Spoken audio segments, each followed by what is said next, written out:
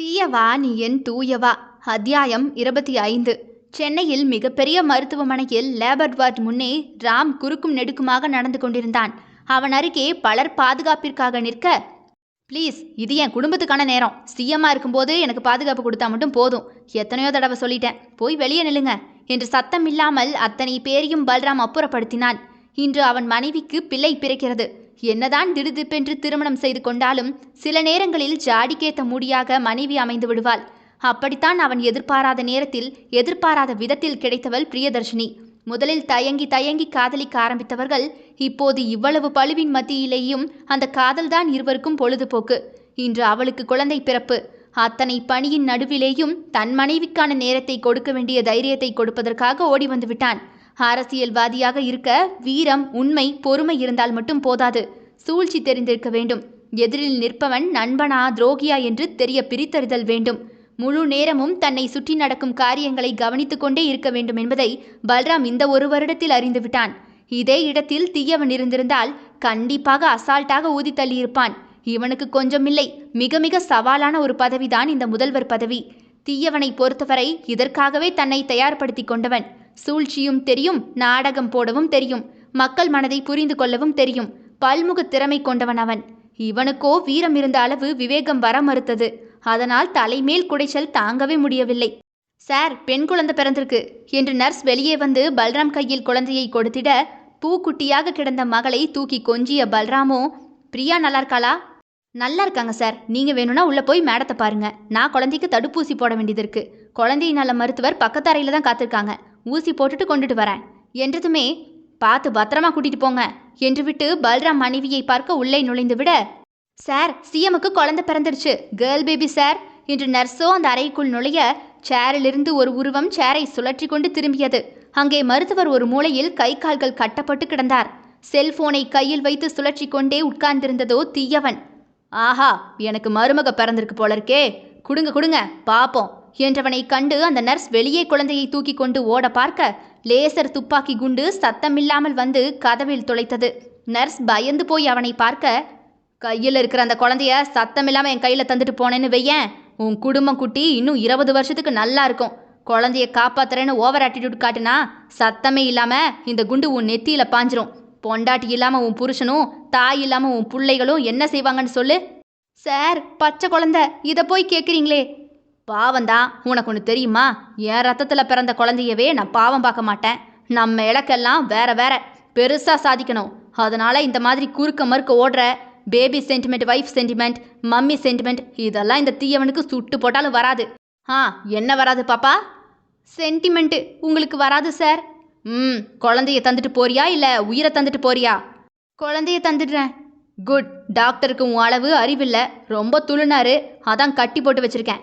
நீ அப்படியே குழந்தைய கொண்டு வந்து கொடுத்துட்டு 1/2 மணி நேரம் இந்த சீட்டில் உட்காந்துரு. நான் சத்தம் இல்லாமல் பின்வாசல் வழியாக இந்த குழந்தைய கூட்டிட்டு போயிடுவேனா? நீ என்ன பண்ணுற, நேராக உங்கள் சிஎம் இருக்கார்ல, சிஎம், அந்த தடி பையன்கிட்ட போய், உங்கள் ஃப்ரெண்டு தீயவன் வந்தாரு, அப்படியே உங்கள் பிள்ளைய பத்திரமா கொண்டு போயிருக்காரு, நீங்கள் அவர் சொன்ன இடத்துக்கு போனீங்கன்னா உங்கள் புள்ள பத்திரமா இருக்குமா, இல்லைன்னா இன்னொரு பேபிக்கு ட்ரை பண்ணிக்கணுமாமான்னு. எப்படி? இன்னொரு பிள்ளைக்கு ட்ரை பண்ணிக்கணுமாமான்னு? நான் சொன்னதா? அவனை நான் சொன்ன இடத்துக்கு அனுப்பிவிடு. அனுப்பிவிடுவதானே? சரிங்க சார். இப்போ வந்து குழந்தையை கொடு பார்ப்போம். குழந்தையை கொண்டு வந்து அந்த நர்ஸ் தீயவனின் கையில் கொடுக்க, இடது கையில் குழந்தையை வாங்கி ஒரு பார்வை பார்த்தவன், அந்த பார்வையில் கையில் இருந்த குழந்தை வீலென்று கதறியல, ஒரு சொடுக்கு போட்டவன் சத்தத்தில் பிள்ளை அரண்டு போய் முழிக்க, சத்தம் வந்துச்சு, தொலைச்சு போடுவேன் என்று சட்டையை உதறிக்கொண்டு ஜன்னல் வழியாக குதித்து இறங்கிய தீயவன் அசப்பு இல்லாமல் நகர்ந்து விட, விஷயம் கேள்விப்பட்ட பல்ராமோ நெஞ்சை பிடித்து கொண்டு நின்றான். மனைவி கண்முழித்து குழந்தை எங்கே என்று கேட்டால் என்ன சொல்வான்? தீயவன் இங்கே இருக்கிறான் என்று தெரிந்திருந்தால் கண்டிப்பாக பாதுகாப்பாகத்தான் இருந்திருப்பான். அதோடு தன் பிள்ளையை எதற்கு கடத்தி கொண்டு சென்றான் என்று புரியாமல் பல்ராம் முழிக்க, என்னாச்சு, எதுவும் பிரச்சனையா என்று பிரியா பாவமாக கணவனின் முகத்தையே பார்க்க, அப்படியெல்லாம் ஒன்றும் இல்லை. இல்லை, குழந்தை பிறந்து இவ்வளோ நேரம் ஆயிடுச்சு, இன்னும் என்கிட்ட ஃபீட் பண்ண கொண்டு வரல ராம், அதான் கேட்குறேன். புள்ள நல்லா இருக்குல்ல? நல்லா இருக்கு. கண்ணாடி பெட்டியில் போட்டிருக்காங்க, இப்போ கொண்டு வருவாங்க. நான் போய் அது என்னன்னு பார்த்துட்டு வந்துடுறேன், நீ ரெஸ்ட் எடு. வேற ஒன்றும் இல்லையே ராம்? சத்தியமாக ஒன்றும் இல்லடா என மனைவியின் நெற்றியை தடவி கொடுத்த பல்ராம் வேக வேகமாக தீயவன் சொன்ன இடத்திற்கு சென்றான். அடுத்த அரை மணி நேரத்தில் குழந்தையை மனைவியின் அருகில் கொண்டு போய் போட்ட பல்ராம் முகமோ வேர்த்து போயிருந்தது. தீயவன் வந்திருக்கான். ஓ, நமக்கு குழந்தை பிறந்திருக்கிறது தெரியுமா?